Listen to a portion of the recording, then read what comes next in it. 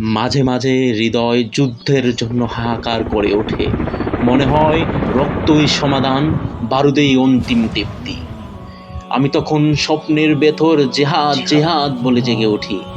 জেগেই দেখি কৈশোর আমাকে ঘিরে ধরেছে, যেন বালিশে মাথা রাখতে চায় না এ বালক, যেন ফুৎকারে উড়িয়ে দেবে মশারি। মাতৃস্তনের পাশে দু চোখ কষলে উঠে দাঁড়াবে এখনই। বাইরে তার ঘোড়া অস্থির, বাতাসে কেশর কাঁপছে, আর সময়ের গতির উপর লাফিয়ে উঠছে সে। না, এখন সে শিশু।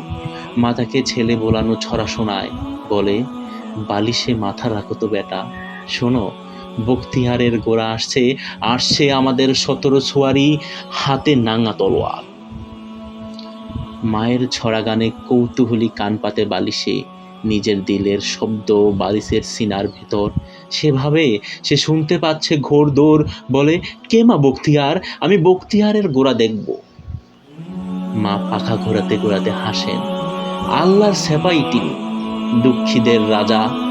যেখানে আজান দিতে ভয় পান মোমেনেরা আর মানুষে করে মানুষের পূজা, সেখানেই আসেন তিনি, খিলজিদের সাদা ঘোড়ার সোয়ারি। দেখো দেখো, জালিম পালায় খিড়কি দিয়ে, দেখো দেখো। মায়ের কেচ্ছায় ঘুমিয়ে পড়ে বালক। তুলোর ভেতর অশ্বখরের শব্দে স্বপ্ন তার নিশান ওরা। কোথায় সে বালক?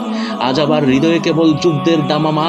মনে হয় রক্তই ফয়সালা, বারুদেই বিচারক, আর স্বপ্নের ভেতর জেহাদ জেহাদ বলে জেগে ওঠে।